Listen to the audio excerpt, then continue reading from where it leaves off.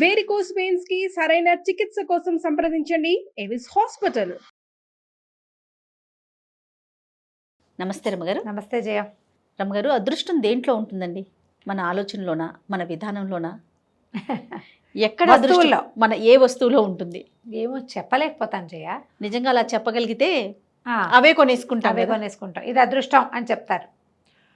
పాల పిట్టను చూస్తే అదృష్టం. అవును. మా చిన్నప్పుడు గోరింకలు, 2 గోరింకలు జంట కనిపిస్తే మనం ఆ రోజు అనుకుని పని అవుతుంది. ఏదైనా అది కనపడంగానే ఒకటి అనుకుంటే, జముడికాయ కనిపిస్తే అదృష్టం, ఏదో కనపడితే అదృష్టం. ఈ వస్తువులు పెట్టుకుంటే అదృష్టం. అదృష్ట గవ్వలు, అవును. తర్వాత అదృష్ట కాయిన్స్. ఆ ఫలానా కాయిన్ వచ్చాక ఆ టైంకి అది ప్రూవ్ అవుతుంది. అదే అదృష్టం ఇంకొకటికి అవ్వదు. వెదురు చెట్లు పెట్టుకున్నాం మా ఇంట్లో, ఆ తర్వాత బాగా కలిసి వచ్చిందని చెప్తారు. వైభవలక్ష్మి పూజ చేసాం, ఆ తర్వాత కలిసి వచ్చింది. సంతోషమాత పూజ చేసాం, ఆ తర్వాత పిల్లలు పుట్టారు. అదే సంతోషమాత అందరికీ ఫలించదు, అదే వైభవలక్ష్మి అందరికీ ఫలించదు. మొన్న మధ్య ఎవరో చెప్పారండి, ఏదో వినాయకుడి బొమ్మట ఎవరో ఫ్రెండ్స్ ఇచ్చారు, అది ఇంట్లో పెట్టుకున్న కానీ చాలా బాగుంది, నాకు భలే కలిసి వస్తుందని చెప్పారు. వాళ్ళకి గుర్తొచ్చింది, వాళ్ళకే కలిసి వచ్చింది. అదే వినాయకుడు నువ్వు తెచ్చిపెట్టుకున్నా, ఆ వినాయకుడినే తెచ్చిపెట్టుకున్నా, అలాంటి వినాయకుడినే పెట్టుకున్నా నీకు కలిసి రాకపోవచ్చు. పైగా ఈ కలిసి రావటం అనేది ఉంది చూసావు, అది ఏమన్నాలంటే మన నేతి బీరకాయలు నెయ్యి. నువ్వు నీకు కలిసి రావటం అనే పాయింట్ నీకు ఒకటి ఉంటుంది. మా ఇంట్లో ఏ గొడవలు లేకుండా ఉన్నాయి ఫలానా వస్తువు తెచ్చాక, మనకు అదే హాయ్. ఇంకోటికి డబ్బు వస్తుంది, వాడికి అదే హాయ్. డబ్బులుంటాయి, ఇంట్లో కొట్లాట్లు ఉంటాయి. ఇదేంటి మేము కొట్లాడుకుంటాం అనుకోడు వాడు, డబ్బే వాడికి ఇంపార్టెంట్. కొట్లాటలు సహజం. ఒక్కొక్కళ్ళకి ఆరోగ్యం బాగుపడుతుంది, అది వాళ్ళు అది అదృష్టంగా ఫీల్ అవుతారు. చూసావా, అదృష్టము రకరకాలు ఉంటాయి. అదృష్టం వచ్చే విధానాలు రకరకాలుగా ఉంటాయి. ఒకటికి ఫలించింది, ఇంకొకటికి ఫలించదు. చిన్న చందమామ కథ చెప్తాం, దీన్ని నమ్మద్దు. మీ అదృష్టం మీదే, మీ జాతకం మీదేలాగా. వాళ్ళకి కలిసి వచ్చిందని మనకు కలిసి వస్తుందని నమ్మబోకండి. తెచ్చుకొని చూడండి, కుదరలేదనుకో వదిలేయటమే, ఇంకోటి ట్రై చేయాలి మనం. ఈ కథ భలే బాగుంటుంది. మానస సరోవరం చుట్టుపక్కల, అంటే హిమాలయాల్లోనట కొన్ని పల్లెలు ఉండేవి, ఇప్పటికీ ఉంటాయి కదా. వాళ్ళకి గోసంపద అధికంట. అడవి ఆవుల్ని తోలుకుంటూ వెళ్ళేవాళ్ళు. పచ్చిక బయళ్ళల్లో మేసొచ్చేవి. చలి తక్కువగా ఉన్న ప్రాంతాల్లో కాలంలో ఆవుల్ని బయటికి పంపించేవాళ్ళు అనమాట. అయితే ఏంటంటే హిమావత్ పర్వత ప్రాంతం అవటం వల్ల కామధేనువట వచ్చి ఆవుల్లో కలిసి మేత మేసేదట. కామధేను అంటే ఏది? స్వర్గంలో ఉంటుంది, లక్ష్మీదేవితో పాటు పుట్టింది, కోరిన కోరికలు తీర్చే ఆవు. చాలా విశేషమైనదిగా చెప్తారు. స్త్రీ ముఖం ఉంటుందని ఆవుకి, కనపడదు మనకేమి. అయితే ఈ మంద చూసినప్పుడు ఏదో కొంచెం ఎక్కువగా ఉన్నట్టు తోచేది, లెక్క పెడితే ఇంటికి వచ్చాక కనపడేది కాదు.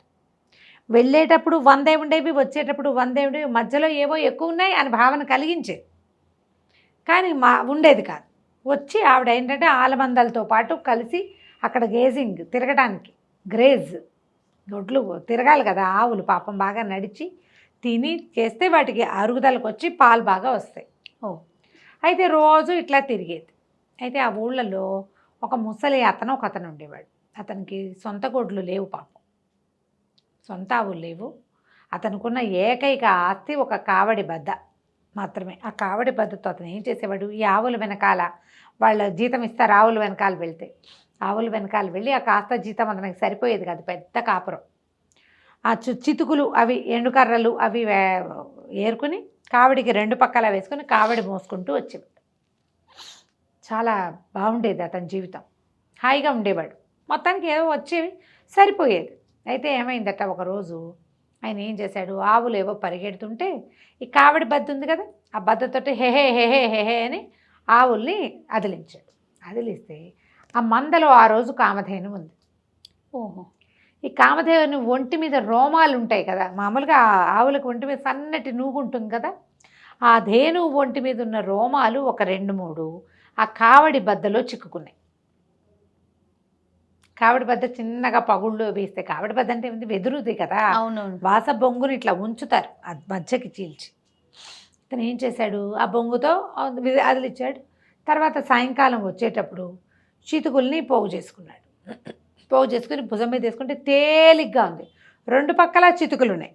ఏంటి ఇంత తేలిగ్గా ఉంది, బరువు అనిపించట్లేదు ఏమిటి అని ఇంకా కొన్ని పోగు చేసి మూట కట్టాడు. మళ్ళీ భుజాన్ని వేసుకున్నాడు, అది తేలిగ్గానే ఉంది. తను జీవితంలో మోయలేనన్ని చితుకుల్ని ఆ కావడి బద్దల మీద వేసుకుని తెచ్చేసుకున్నాడు. రోజువారీ కంటే 5 డబ్బులు ఎక్కువ వచ్చాయట. తను ఏదో తేలిగ్గా మోయగలుగుతున్నాడని తెలిసింది. ఎందుకు మోస్తున్నాడో ఆయనకు తెలీదు. రోజు ఆవుల వెనకాల పోయేవాడు. 2 పక్కల 2 పెద్ద పెద్ద మూటలు, ఒక 5-6 మనుషులు మోయగలిగేన్ని చితుకులు దొరికేవి.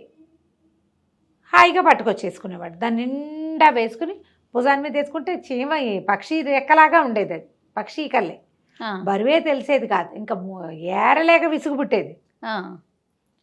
ఇట్లా ప్రతిరోజు చేసేవాడు. బాగా డబ్బులు చేరినాయి, సంతోషంగా ఉన్నారు. ఈ వ్యవహారం బాగుంది కాబట్టి అతను ఆవుల వెనకాల వెళ్ళడం మానల, ఓపిక లేకపోయినా పోయేవాడు. అయితే ఇలా వెళ్ళి వస్తూ చేస్తుంటే ఒక వ్యాపారస్తుడు ఒక ఆయన చూశాడు. ఏమిటి తాత, నీ పని బాగున్నట్టుంది, ఇంతంత మోసేస్తున్నావు అంటే, ఏమిటి మహత్యం, ఇంత ఎట్ట మోయగలుగుతున్నావు, ముసలివాడివి, ఏం తింటున్నావు అన్నాడు.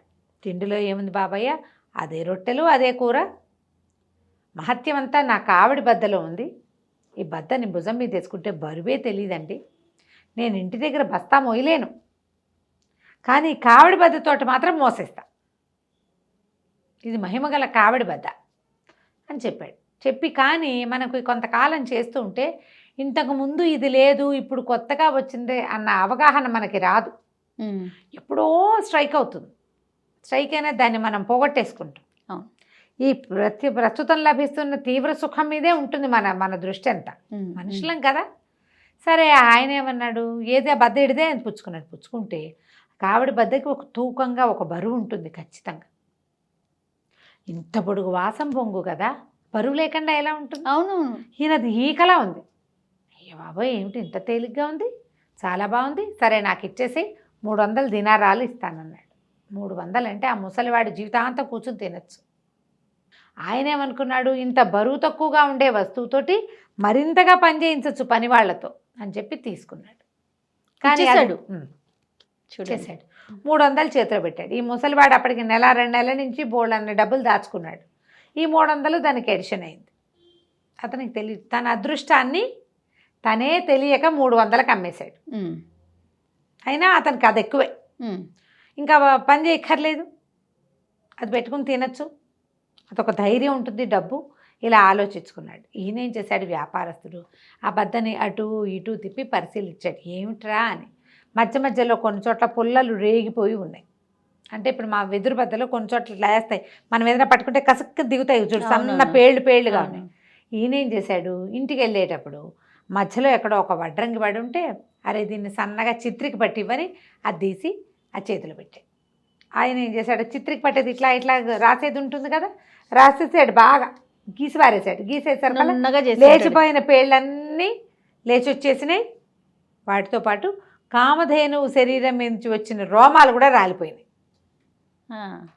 ఈయన ఇచ్చేటప్పుడు తేలిగ్గా ఉన్న బద్ద పుచ్చుకునేటప్పుడు బరువుగానే ఉంది. ఇదేమిటి ఇలా బరువుగా ఉంది అనుకుంటూ ఇంటికి తీసుకెళ్ళాడు. అది బరువుగానే ఉంది. దానికి ఎంత బరువు ఉండాలో అంత బరువు ఉంది. అది ఎంత మోయగలుగుదో అంతే మోస్తుంది తప్ప ఎక్స్ట్రా అది మోయగలిగే వ్యవహారం దానికి లేదు. ఇంకా ఈయన ఏమిటి, దీన్ని ఎందుకు కొన్నాను నేను ఊహించింది ఏమిటి, ఇలా ఎందుకుంది అని ఆశ్చర్యపోతూనే ఉన్నాడు. కానీ వ్యాపారస్తుడు బోల్డ్ డబ్బు ఉండటం వల్ల అదో పెద్ద విషయంగా ఆయన భావించలేదు. అదో పెద్ద విషయంగా ఎవరికి కుదిరింది, అది ఆ ముందున్న ముసలాయనకి కుదిరింది. ఆయనకి 300 వచ్చినాయి. దాంతో పనిచేసిన నాళ్ళు డబ్బులు వచ్చినాయి, దాన్ని అమ్మేసినా కూడా డబ్బు వచ్చింది. అదృష్టాలు ఇలా ఉంటాయి. ఒకటి ఫలిస్తుంది, ఇంకొకటి ఫలించకపోవచ్చు. అది ఫలించటానికి అక్కడ ఒక కారణం కనపడుతోంది. అసలు ఏ కారణము కనపడకుండా కూడా అదృష్టం వస్తుంది మనకి. అవును, ఇది తెచ్చి పెట్టుకున్నాక నాకు బాగుంది అనిపిస్తుంది.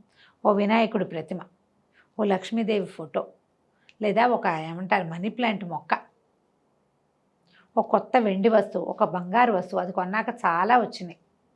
ఇలా అనుకుంటాం కదా. ఖచ్చితంగా ఎవరి అదృష్టం వారి అందే ప్రూవ్ అవుతుంది. ఇతరుల అదృష్టాలని అనుకరించద్దు, బాధపడద్దు, దానికోసం భయపడద్దు, బెంగ పెట్టుకోవద్దు.